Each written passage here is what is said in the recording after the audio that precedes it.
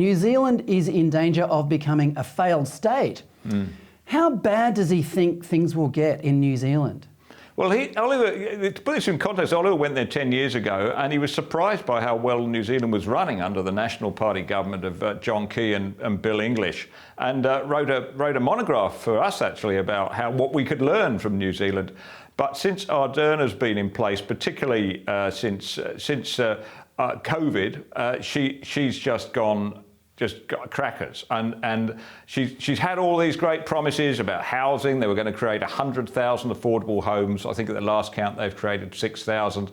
When it comes to practical policy outcomes, it seems they can do absolutely nothing. What they've spent a lot of time doing, though, and very successfully, is driving that woke agenda on things like Maori rights. And half of the, as I pointed out to Oliver, I struggle to read New Zealand government documents nowadays because they're peppered with Maori words. That, what does it mean? The transformation has been incredible, and Oliver speaks about this in the interview.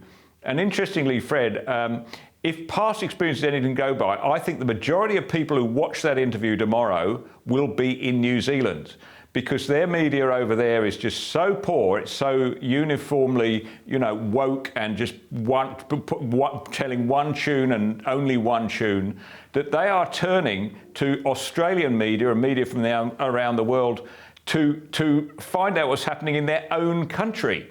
And Oliver, who comes from Germany, says this reminds him of the Cold War, when the East Germans used to adjust their aerials to tune into West German TV to see what was happening. Well, that's what's happening in New Zealand. All their aerials will be tuned towards the ADH transmitter here in Australia. Of course, it's not like that. Of course, it's all online to watch this, because it's the sort of information that they can't get through their own media, which is a tragedy. Well, you've been to New Zealand a few times.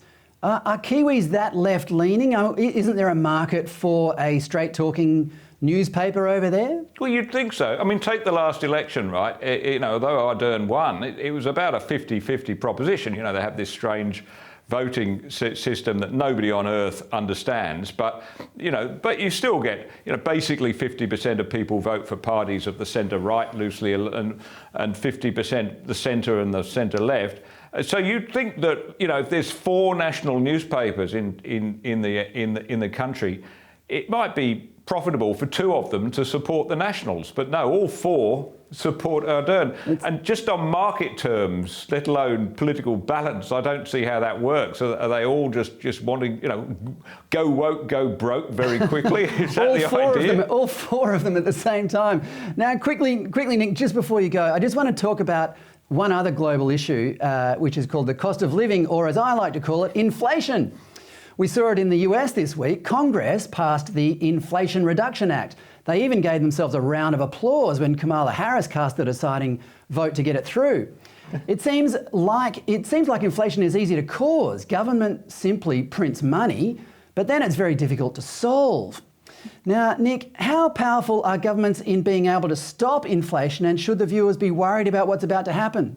Well, there's a lot they can do put it another way, Fred, I think there's very little they can do to stop inflation once it's started, but they can make it a whole lot worse by pumping more money into the economy, through government spending, through pushing wages up. This is what's happening in this country, by the way, and it's what's happening big time in New Zealand. But this idea that this is, in America, that this is Putin has caused all this inflation is just bunkum. As Milton Friedman said, inflation is always and everywhere a monetary problem. And he says in a extract that I'll play on my show tomorrow night, inflation always starts in Washington with the printing of money, and here it always starts in Canberra with the collusion of people in Sydney who work for the Reserve Bank. Well said, well said. Nick Cater, thanks for your time. Thank you, Fred. That's Nick Cater of the Menzies Research Centre and host of Nick Cater's Battleground, 8 p.m. every Friday, right here on ADH.